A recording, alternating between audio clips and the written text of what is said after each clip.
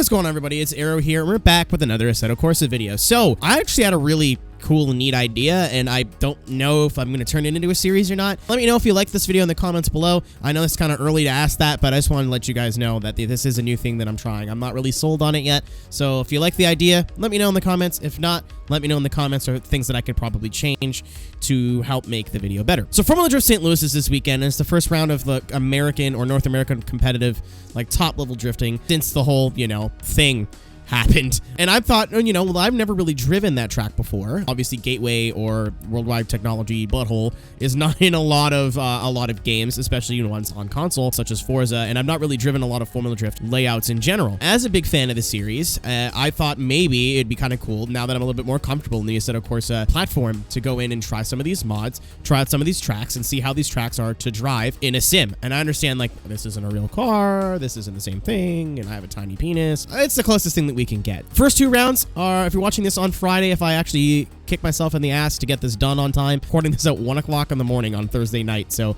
if you're watching this on Friday, then Pro 2 is happening right now, and then Pro 1's doubleheader will be Saturday and Sunday. We'll be doing a live watch party over my Twitch channel, twitch.tv/MrAeroHD. Gonna have a couple of White Claws, eat some tacos, watch some drifting, and have some fun. And if you guys don't know a lot about competitive drifting, you'll have a really nice environment there. People who have watched it for a couple of years who will be able to explain to you what's happening, how things work, and maybe get you involved in the sport, or maybe just get you, just to clarify some things.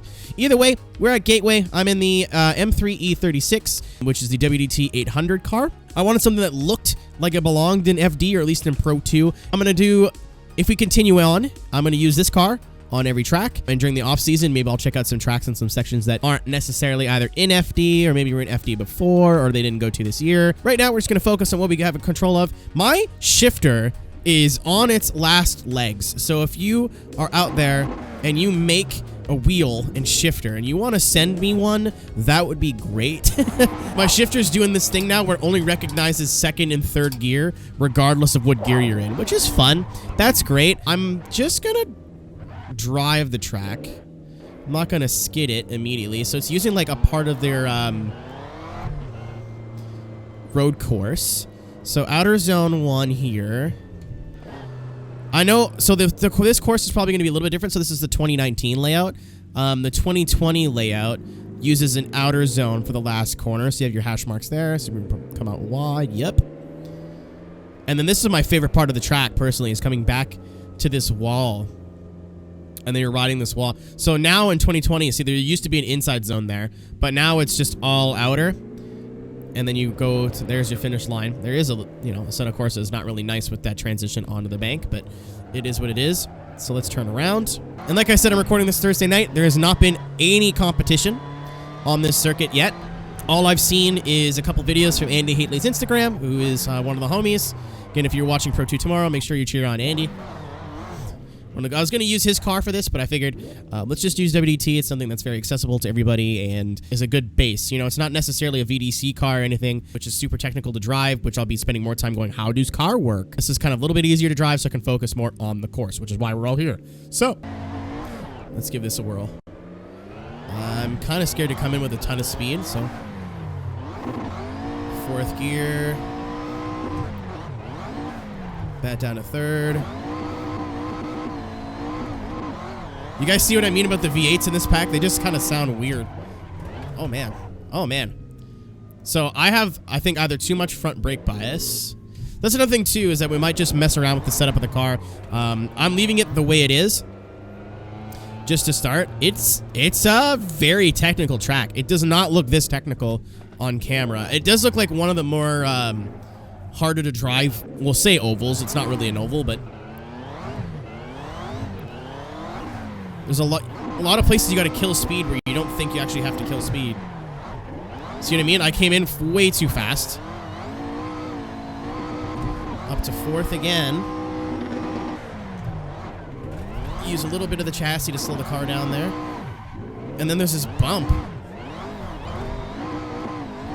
Yeah, the front end just isn't rotating right for me right now, which is just lack of confidence in the track because the speed difference, like, that is very surprising. That's also another great reason why I'm glad we're doing this, because, like, oh, that's a wall. Going for our 3rd run here. You gotta really pay attention to your speed. fourth, handbrake. Big angle check and speed. Line's better, but not really consistent on the angles. We go back up to fourth, coming into the outer zone here. Again, everything in my body was telling me to stay on the throttle, but I couldn't do that. And then we ride the outer zone. Ooh, it just wasn't smooth around that outer zone there. I'll try it with the inner clip this time, because I heard from Andy that this flows a lot better. But yeah, like FD, you think like big power, full power. This track, other than this section here, which is again really deceiving, because you're on power until like that third cone, and then you're right back off the. Oh, I didn't transition fast enough. You're right back off the gas again. Yeah, I see what they mean. That corner's just a little bit too sharp to make that section work with the inner clip.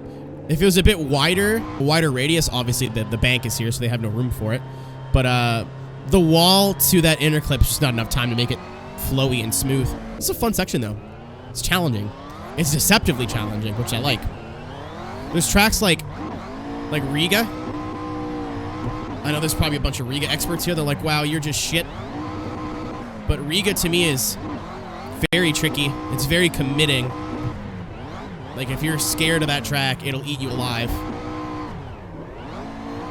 There we go. I don't think I did that well on the outer zone, the last outer zone, but that's fine. That's a run I could be proud of. For Pro 2 qualifying, at least. That's where you laugh, Pro 2 drivers. None of them that are watching this. I make a funny. It's funny because you can drift a car in real life, and I'm a loser playing a video game. That's a fucking wall. Oh yeah, I can feel the rears going. But I don't know if those cones on the... Oh, shit. Yeah, well. I don't know if those cones are on the outer zone in real life, but they're definitely helpful to where you need to check your speed. Like I said, this track is deceptively very, not as fast as it looks. You assume like it's an oval with banks and a lot of outer zones. You just put it in third or fourth gear and just mat it, and it's just not the case. Well, it is, like, to a degree. Up to fourth. A little bit of foot brake to get some angle, to be able to transition across the track. I'm trying to avoid handbrake as much as possible, but I really rely on it because I'm not the best drifter in the world yet. Oh, shit. Okay, yeah. That was foot brake. Just be not stupid. I know what I did wrong. This is wild to me, too, because if you're a professional drifter and you've never driven some of these tracks, you don't have, like... Well, I mean, I guess you have Assetto, but I get that there's, you know, all the mods are so different. You only have, like, a couple of laps. Like 4 or 5 laps to learn the section.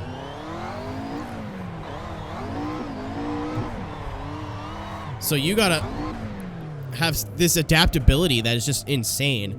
And I guess that's why these guys are professionals, you know what I mean? Like, I'm in a video game with absolutely zero risks. Like, I could just hit that wall if I wanted to, you know, it's not really gonna affect me at all. And these guys gotta learn how to do this on a lot of these tracks that they've never driven before within 4 or 5 laps. That's just wild. Kind of gives me a whole new respect for even the guys at the bottom of the championship ladder, you know what I mean? Because at least they're out there, like, getting scoreable runs and whatnot.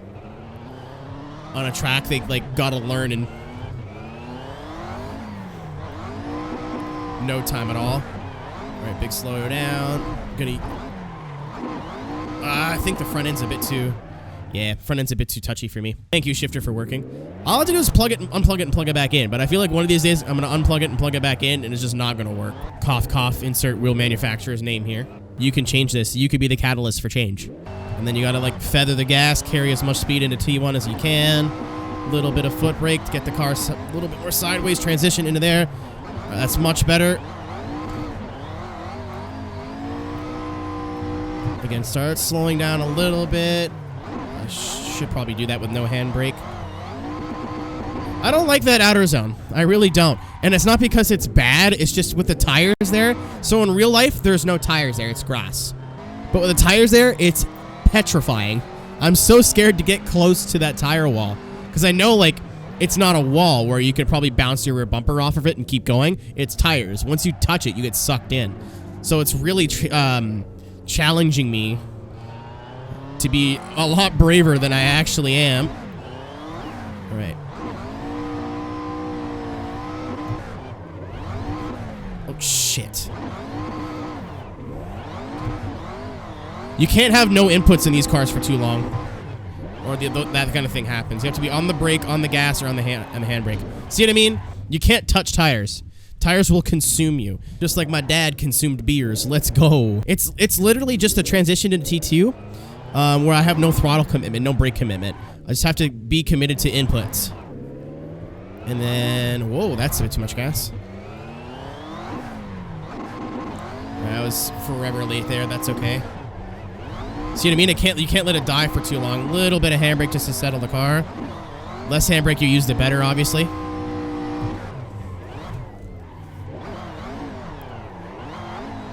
right, I gotta watch that back on the outside of the car because it feels like I'm a mile away from it, but that's not bad, you know? I think I'm all right. I'll try to keep these videos kind of short-ish, but I also don't want to like show you a half-ass run and go, that's how you do it. Welcome to how you do. I'm an expert. I want to at least show you me learning the track. All right, so we did all right there. Actually, skip back a little bit more. See how this does not sound like an LS, but it's supposed to be an LS. So I got to swap the audio in this for the next video. It's going to sound like a different engine. It'll be the same one. So we'll use slow motion here. That way I can have the audio off. So I got to enter a lot more to the right to make this a lot smoother. I kind of came in like an apex, and that way I killed more speed, but I could probably gain more speed if I hit it earlier. Use the angle of the car to slow yourself down, which gets you in the second zone. I hit that really well, actually.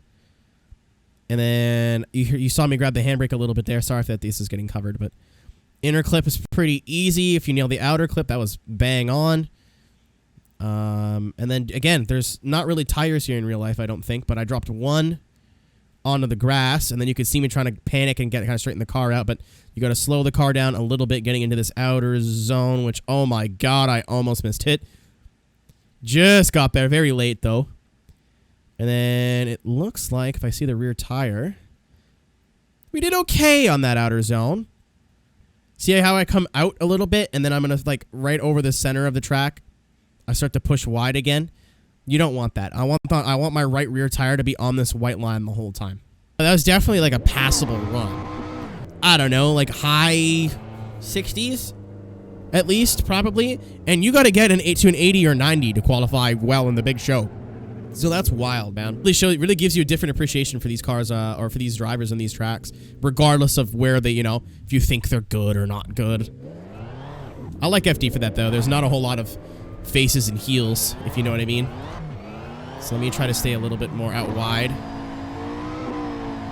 Translate that into some speed. A little bit of foot brake. That was very late, but we can throw a little bit more angle, make it look cooler than it actually is. A little bit more patient on the throttle that time so we don't go out as wide. And I should have used the handbrake there. The foot brake was not enough. All right, that was okay. That was okay not counting the last corner. I literally had it until the last corner. Again, maybe not the best run. I'm looking for like maybe a 75. You know what I mean? Enough to be able to qualify like in the 20s or the teens of an FD event, which is normally, 70s, mid-70s, low 80s. Scores are abnormally high now because everyone's so goddamn good.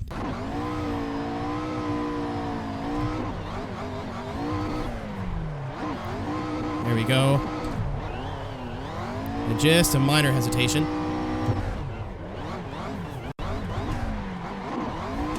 Stay out there, stay out there, stay out there, stay out there. Okay. Well, what happened was I tried way too hard. I tried to give it way too much sauce, and we weren't even close. But I think that's the best runway we can do on, a reasonable amount of time. Kind of a shame that there's no replay cameras here. Oh, that was sweet. Just got to that outer zone, but because I went wide and cut in, we got a really good run coming out here. And then I just was on that wall. That was nuts. That was nuts. You know what? I'm actually going to give myself credit on that one. That was not a bad run at all. I may have just missed the outer zone, but the flick here, I cannot believe I didn't hit that wall. Wow. I'll take it. And that's basically backwards. They're going to get mad at you in real life if you do that.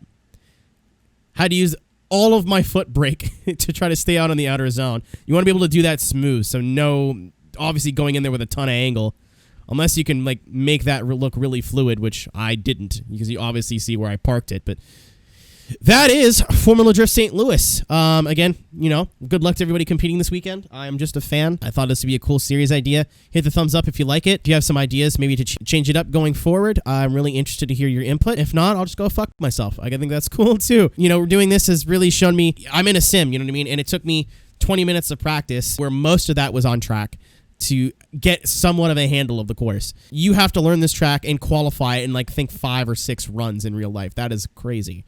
So, you know, everyone drifting at a high level, that is just big props to you. And yeah, so thanks guys for watching. Again, leave a like if you liked it. Leave me a comment if you think there's something that I should be doing in the next episode, which I believe is Evergreen. And we will see you when we see you if I decide to do another one.